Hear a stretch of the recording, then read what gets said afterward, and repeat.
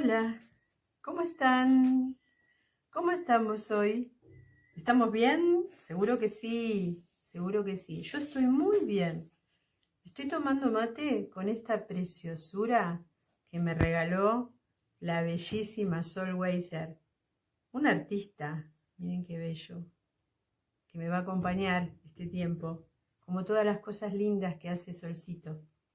Bueno, y Solcito es uruguaya, ¿y quién mejor que un uruguayo para hacer buenos mates? Creo que nuestros hermanos uruguayos tienen los mejores mates, los mejores, no me cabe duda.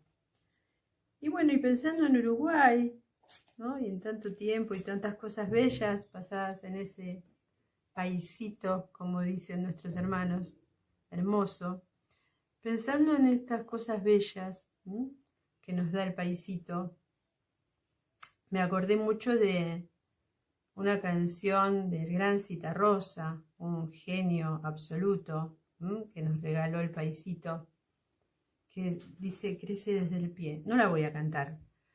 Crece desde el pie. Bueno, no la voy a cantar.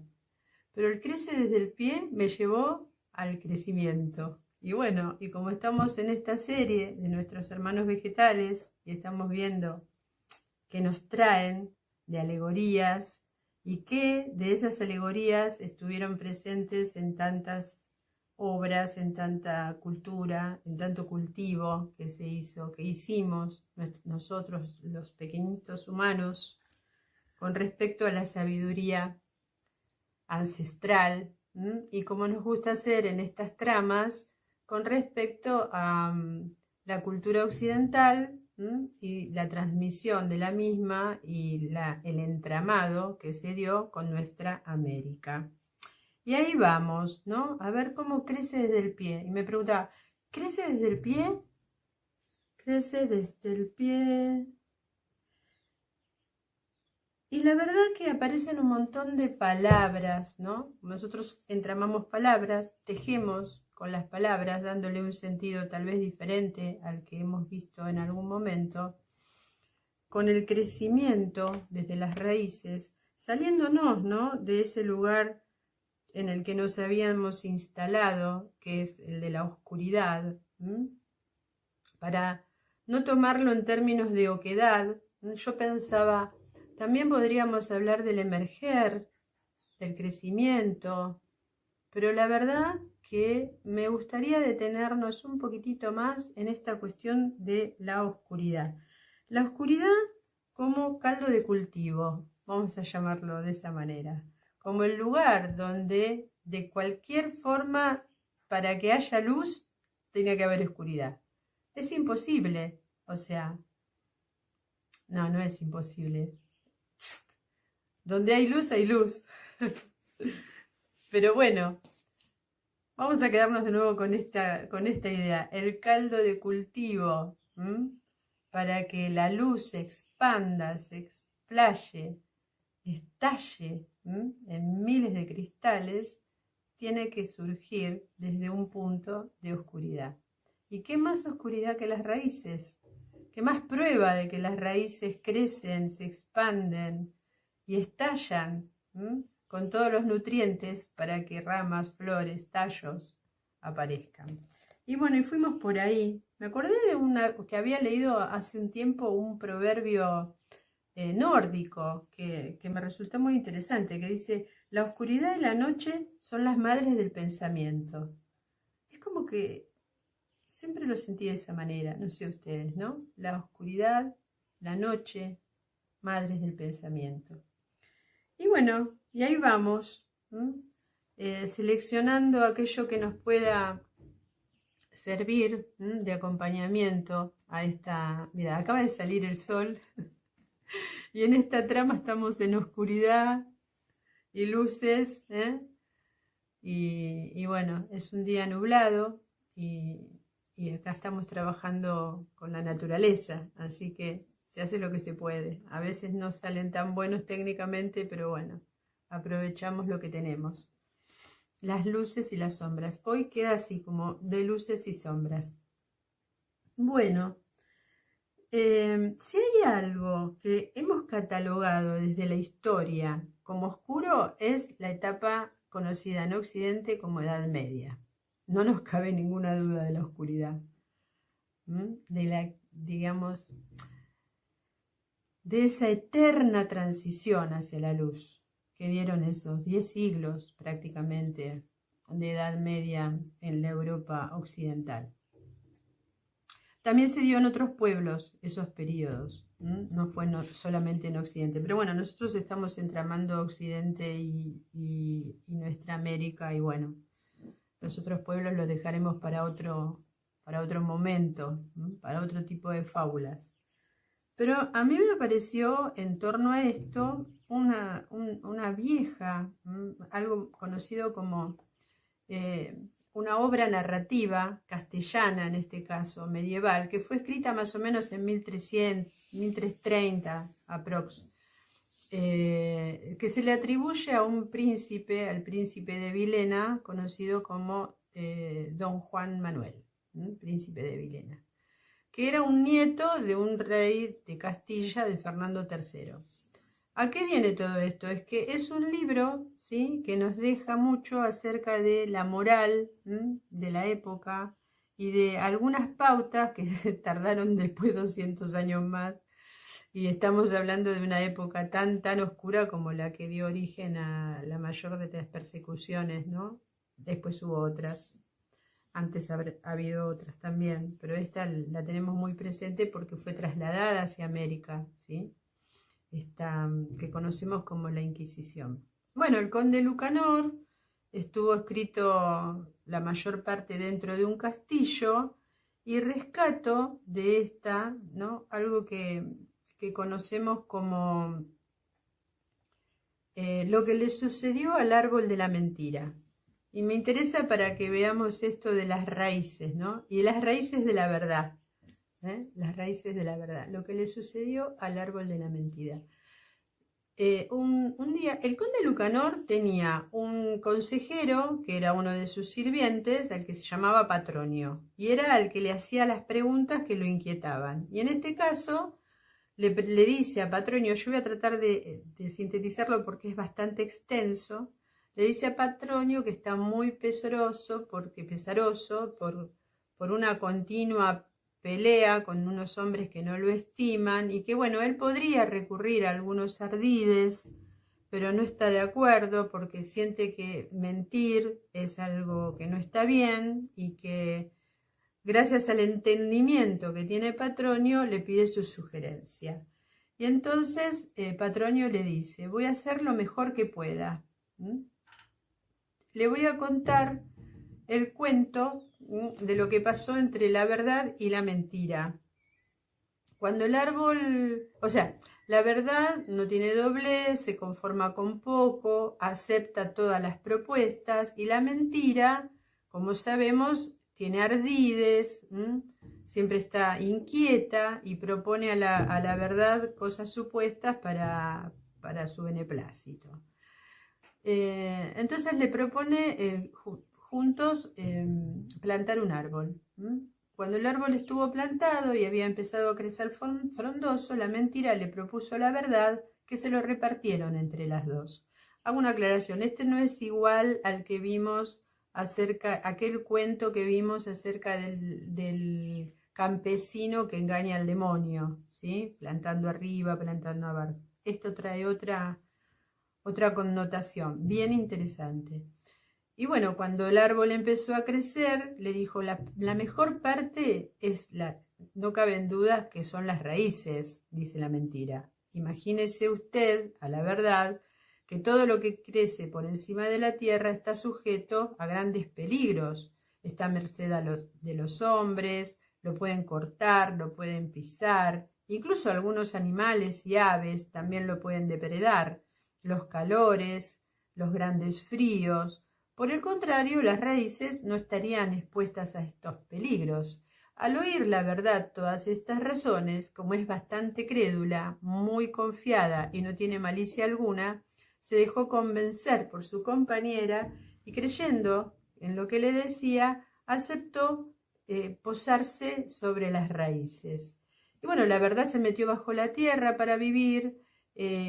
ella lo había elegido y la mentira permaneció encima de la tierra, al lado de los hombres, con los seres vivos. El árbol fue creciendo, la mentira siempre estaba debajo de su sombra, siempre conversando, aprovechaba las flores muy hermosas. Bueno, y al ver la gente un árbol tan hermoso, empezaron a reunirse muy debajo de ellos y siempre gozando a su sombra, hacían sus grandes conversaciones pobladas de falsedades. Usted ya se vio, señor conde, le dice Patronio al conde, que la mentira es sencilla cuando uno le dice al otro algo, ¿sí? Y la verdad siempre es, está poco acompañada. Es más fácil mentir que decir la verdad. Y así la mentira fue creciendo, la gente apoyándola, ¿sí? Y mientras esto le ocurría a la mentira y se sentía tan feliz, la verdad, triste y despreciada, estaba escondida bajo la tierra. Hasta que un día, la verdad empezó a sentir que tenía hambre, que no le alcanzaba la oscuridad y la profundidad de la tierra, y expandirse no le servía más, había llegado a un punto en el cual no podía crecer más. Entonces empezó a roer, a comerse a sí mismo, la parte interna del árbol. Primero empezó con sus propias raíces y luego fue trepando por el tronco y las ramas y las flores, ¿sí? Y al llegar un momento tal en el cual el primer viento que hubo hizo caer el árbol, porque no tenía raíces precisamente. Y esa verdad menospreciada, ¿sí? Y sin gran estima, salió a la luz a través del tronco del árbol y todos la pudieron ver. Bueno, el resumen que hice es bastante complejo, pero en realidad la idea central que queremos rescatar de este cuento tan particular en una época tan oscura como la Edad Media del conde Lucanor es esta sensación de que en la profundidad y en la oscuridad crece la verdad, y que en un punto tiene que salir a la luz. Y eso es un poco lo que siento que alegóricamente nos cuenta este cuento, este relato. Hay un momento en que nuestra verdad tiene que salir a la luz, porque ya el tronco está ahuecado, ya no quedan ramas, no quedan flores, y hay que salir a la luz. Este es un poco lo que quería traer con respecto a alegorías, en las raíces y las profundidades. Y en el campo de nuestra América me resulta muy interesante traer a un mexicano que no nos habla de las raíces y de la profundidad de las raíces y demás, sino nos habla de algo muy pequeño y dicho, estoy hablando de Amado Nervo, no sé, pero ustedes, pero a mí Amado Nervo me ha acompañado mucho tiempo, ¿no? Porque es un poeta muy encasillado como un modernista, ¿no? Por el estilo de la época y demás, pero que ha podido reflejar un sentimiento desde la melancolía tal vez, pero sin grandes artificios, ¿no? Muy cerca del ocaso, yo te bendigo, vida, dice Amado Nervo. Pero bueno, no era este el poema que quería traer. Este poema pequeño, cortito de Amado Nervo, también nos muestra cómo alcanzamos la luz, alcanzamos a Dios, a la naturaleza, cuando realmente buscamos en la profundidad, en nuestras raíces más internas, nuestra propia verdad. Y esa es la verdadera, la identidad verdadera. Y este poema, que es corto y es contundente, de Amado Nervo, nos acerca a como crece desde el pie de Citarrosa a una evolución de la profundidad y de la oscuridad a la luz, al nirvana. El que sabe que es uno con Dios logra el nirvana. Un nirvana en que toda tiniebla se ilumina, vertiginoso ensanche de la conciencia humana, que es sólo proyección de la idea divina en el tiempo. El fenómeno, lo exterior, vano fruto de la ilusión, se extingue, ya no hay pluralidad, y el yo extasiado abísmase por fin en lo absoluto y tiene como herencia toda la eternidad. Es como un paso, ¿no? Abísmase. Salimos de la profundidad a un gran abismo de luz y tiene como herencia toda la eternidad.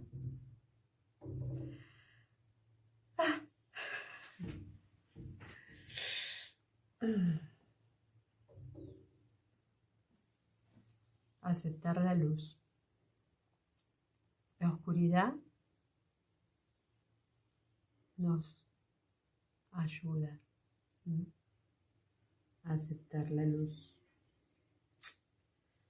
Entrar en las profundidades, de cualquier manera, de la manera que sea. Ahora vamos a entrar en el silencio. Una magnífica forma de entrar en la profundidad a través del silencio. Bueno, y respiramos. Silencio y respiración. Hay viento.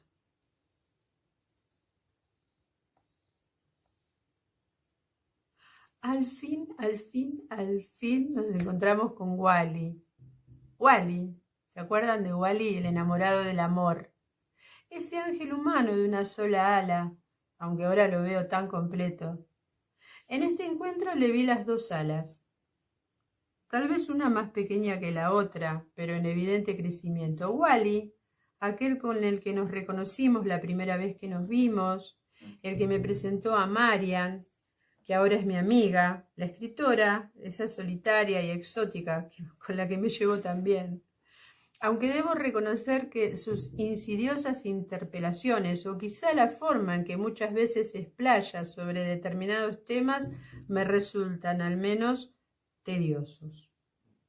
Hace unos días, después de tantos meses, en un encuentro maravilloso en la Quebrada de la Luna, en medio de los cerros y compartiendo con otros, como mi amigo y yo, estamos en permanente búsqueda de nosotros mismos, aunque a veces se nos olvida que la mejor manera de encontrar es no buscar. Pero bueno, quizá por el solo hecho de adentrarnos en la oscuridad o oscuridades, abrazar las incertidumbres, caminar la vida de otra manera, en algún momento se nos dará una pequeña dosis de iluminación, a menos que la clave sea la que nos dejó Ramakrishna, de que hasta que no te vuelves simple como un niño, no recibirás la iluminación divina. Olvida toda tu sabiduría mundana e ignórala por completo. Bueno, lo cierto es que en un corte de las actividades propuestas por los organizadores de este encuentro, nos dimos un paseo por el predio con Wally. Y aspirábamos el perfume de la primavera, los aromitos florecidos, los amarillos, los verdes, todos esos tonos que relucen al sol. Todos están esperando un poco más de agua, pero bueno, ya llegará. ¿Cómo pasaste este tiempo?, le preguntó a Wally. Bien, con muchos cambios. No sé si se notan, pero finalmente creo que estoy a punto de saltar la valla y de encaminarme al podio. ¿Y vos? Bien. Este último tiempo siento que puedo echar raíces en este lugar, que al principio la tierra parecía seca y dura, imposible de resquebrajar, y luego me di cuenta de que era yo misma la que no me atrevía a entrar en la profundidad. Me limitaba en mis movimientos, temerosa de lo que podría encontrar debajo de la superficie, dije reflexionando. y con esa sonrisa que lo caracteriza y la forma que tiene de decir hondos pensamientos como si se tratara de cosas banales, me dice: a lo mejor pasaste mucho tiempo buscando donde no debías, ¿no? Como dice el Rumi, quizá estás buscando entre las ramas lo que solo aparece en las raíces. Es probable. Muchas veces sentí que en cuestiones centrales de la vida me fui por las ramas. No me arriesgué a cavar hondo y ver qué estaba pasando, o mejor dicho, que había debajo, no sé. Bueno, por si te sirve para esclarecerte, te contestaría con una frase que nos hacía escribir con letra gótica una profesora de caligrafía en la escuela secundaria, la señora de Galdón. Por cierto que los jovencitos de esa época la considerábamos una inutilidad total. Ella nos corregía y una vez a la caligrafía, no a la profesora, y una vez tras otras nos hacía escribir: persevera y triunfarás. Amiga, persevera en adentrarte en tus profundidades y triunfarás, dijo Wally socarronamente. Así, discurriendo con alegría y sin decirnos lo que cada uno había pasado estos meses, o mejor dicho, diciéndonos todo mediante eufemismos, llegamos a un lugar donde una de nuestras compañeras se hallaba en cuclillas, fijos sus ojos en el suelo. Nosotros intercambiamos miradas y nos acercamos hacia Selva, que como una niñita asombrada observaba la entrada y salida de hormigas que desde un enorme agujero en la tierra iban y venían. Llevaban una pesada carga al centro del mismo hormiguero y suponemos la dejaban. Selva, ¿qué estás haciendo?, le dice Wally, demostrándole nuestro asombro. Selva, manteniendo su posición de ranita, nos dice: estoy fascinada. Estoy mirando todo el tiempo, hace un rato, este ir y venir de estas criaturas, febril. Son como un ballet. Por un costado entran las que están cargadas y por el otro las que van en busca del lastre correspondiente. Me esfuerzo por identificarlas, pero no lo logro. Desearía saber si son las mismas las que entran por un lado y salen por el otro. ¿Se imaginan?, nos dice, levantando la cabeza hacia nosotros. Nos quedamos mudos. No tanto, creo, por la respuesta que nos dio nuestra amiga, sino por la imagen de una adulta actuando con el asombro de una niña.